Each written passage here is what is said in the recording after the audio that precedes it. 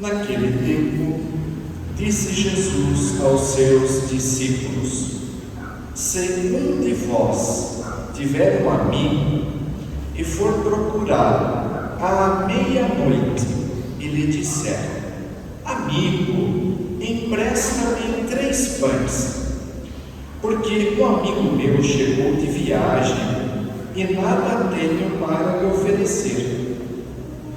E se o outro responder lá de dentro: não me incomodes, já tranquei a porta, e meus filhos e eu já estamos deitados, não me posso levantar para te dar os pães. Eu vos declaro, mesmo que o outro não se levante para dá-los porque é seu amigo, vai levantar-se, ao menos por causa da impertinência dele. Ele dará quanto for necessário. Portanto, eu vos digo: pedi e recebereis, procurai e encontrareis, batei e vos será aberto. Pois quem pede, recebe, quem procura, encontra, e para quem bate, se abrirá. Será que algum de vós, que é pai, se o filho pedir um peixe, lhe dará uma cobra? Ou ainda, se pedir um ovo, lhe dará um escorpião? Ora, se vós que sois maus, sabeis dar coisas boas aos vossos filhos, quanto mais o Pai do céu dará o Espírito Santo aos que o pedirem. Palavra da salvação. Glória a vós, Senhor.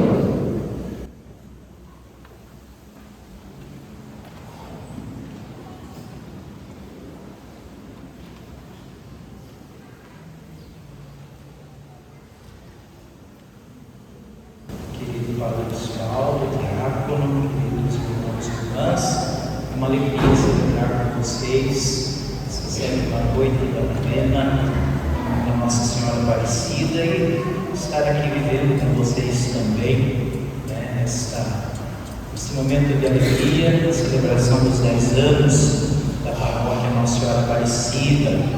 E a palavra de Deus hoje, dirigida a nós mais uma vez, é tirada do Evangelho de São Lucas. Ontem, depois de Jesus terminar o seu momento de oração, os discípulos fizeram um pedido a Jesus: Senhor, ensina-nos a rezar. E Jesus não apresentou para eles só uma fórmula. Participou da novena, sabe, quando o Evangelho era a oração do Pai Nosso. Ao receber aquele pedido, Jesus não apresentou só uma fórmula. O Pai Nosso não é só uma fórmula, que nós repetimos várias vezes durante o dia, mas é um projeto de vida. Se a gente olhar os 7 pedidos do Pai Nosso, todo o desejo de Jesus ao apresentar aos discípulos e à nossa igreja esta oração, nós vamos compreender claramente que o Pai Nosso é um projeto de vida. Primeiro, para que Deus seja o centro da nossa vida, para que a gente tenha o necessário, para que a gente seja liberto do mal e que, acima de tudo, a gente faça a vontade do Pai sempre. Era isso que Jesus apresentava ontem aos discípulos. E hoje, em continuidade à cena do Evangelho que nós escutamos ontem, agora no capítulo 11, Jesus começa a falar das consequências da oração. Tudo na vida tem um ponto, vamos assim dizer, e a oração ela também tem as suas consequências. Se o pedido dos discípulos para Jesus era que ele os ensinasse a rezar, agora Jesus está mostrando que nenhuma oração dirigida ao Pai ela fica sem resultado. Jesus, ao usar esta forma de linguagem, mais uma vez as parábolas, ele nos fala da necessidade de rezar sempre, em todas as circunstâncias. Primeiro, porque ele apresenta isso. Jesus, sendo Deus, Filho de Deus, estava sempre em comunhão com o Pai. As ações de Jesus levaram, impulsionaram os discípulos a terem esse desejo, porque a oração é comunhão com a vontade do Pai, e Jesus mostrava isso em todas as suas ações. Por isso nós compreendemos também que muito mais do que apresentar métodos, hoje em dia você sabe que a gente acha método para tudo, né? Principalmente com esse avanço da inteligência artificial, né? Se você jogar lá método de oração, a partir dessa hora ela vai apresentar um caminho de oração. Se você quiser uma oração um pouco mais silenciosa, também você vai encontrar métodos, livros, comunidades, correntes, que cada uma vai apresentar a sua, e lógico que cada uma vai vender o seu peixe para dizer a minha é a melhor. Então parece que isso também influencia, né, a vida espiritual do nosso povo, principalmente, né, das nossas comunidades, porque de repente se eu não me encaixo nesse método, eu vou buscar um outro, e assim por diante. E surge até de repente, né, uma realidade um pouco perigosa, que é: se você não se enquadra nisso, você está fora. Então a gente tem que tomar cuidado. E tem até coaching para ensinar a gente a rezar, tem coach para a gente ensinar a pintar, tem coach para administrar, e tem coach para padre também, né? Às vezes a gente vê aí, né, pessoa que quer ajudar, de repente o padre administrar bem a sua paróquia, como que ele vai captar bem o dízimo, que é na festa, etc. Né? Só estou falando porque existe de tudo. E de repente a gente acha que a vida de oração, ela também se enquadra dentro disso. Não. A vida de oração, ela parte do testemunho. Se eu sou uma pessoa de oração, automaticamente as pessoas se sentem atraídas a viverem a mesma experiência. Jesus rezava sempre. Os discípulos se sentem atraídos pela ação de Jesus. Eles pedem, então, ensina-nos também a rezar. Ensina-nos a viver isso que o Senhor está vivendo. E aí ele vai dar o caminho, né, da vida de fé que o Pai Nosso é, esse projeto de vida. E essa oração também, ela não chega até o céu sem voltar, sem trazer para nós aquilo que o Pai quer, porque toda oração subsistente, né, que ela deve ser uma oração despojada de si e totalmente aberta. O coração daquele que tem fé é aquele coração que está aberto para cumprir a vontade de Deus sempre. E quando eu tenho isso em mente, né, é lógico que, de fato, as graças do céu estão abertas, né, e são dispensadas sobre o coração daqueles que com coragem, né, se colocam em comunhão com Deus através da oração. A parábola que Jesus conta fala até um pouquinho, né, da maldade humana. Se, né, nós que somos maus sabemos por vezes dar coisas boas àqueles que nos pedem, quanto mais o Pai do céu nos dará aquilo que é necessário. Às vezes a nossa oração é um pouco egoísta, porque ela quer alcançar Deus só o que eu quero, mas não o que Deus quer. É um outro caminho que nós precisamos aprender. A oração não quer colocar no coração de Deus a minha vontade, não. A oração quer colocar no meu coração a vontade de Deus. Esse é o processo natural e legal da coisa. O Senhor diz claramente: quem bate, né, para aquele que bate, a porta se abrirá. Quem pede, recebe. É uma forma imperativa de dizer Jesus que o Pai quer dar, ou seja, é da vontade de Deus dar aquilo que é necessário. Repito, não que de repente eu humanamente quero, nem tampouco no tempo que eu quero, mas na hora certa, do jeito certo. É isso que a primeira leitura, né, do último domingo também nos ensinava. O profeta Abacuque, depois de um momento de grande sofrimento, lamenta aqui, diz: olha, a coisa está caindo do meu lado aqui, o Senhor está, né, silencioso, parece que o Senhor não está aberto àquilo que eu estou te pedindo. E o Senhor fala para o profeta assim: escreve, mas não põe no papel, põe nas tábuas, ou seja, grava isso. Aquilo que eu prometi, na hora certa, no tempo certo, se cumprirá. Aquilo que eu disse, né, no tempo certo, se cumprirá.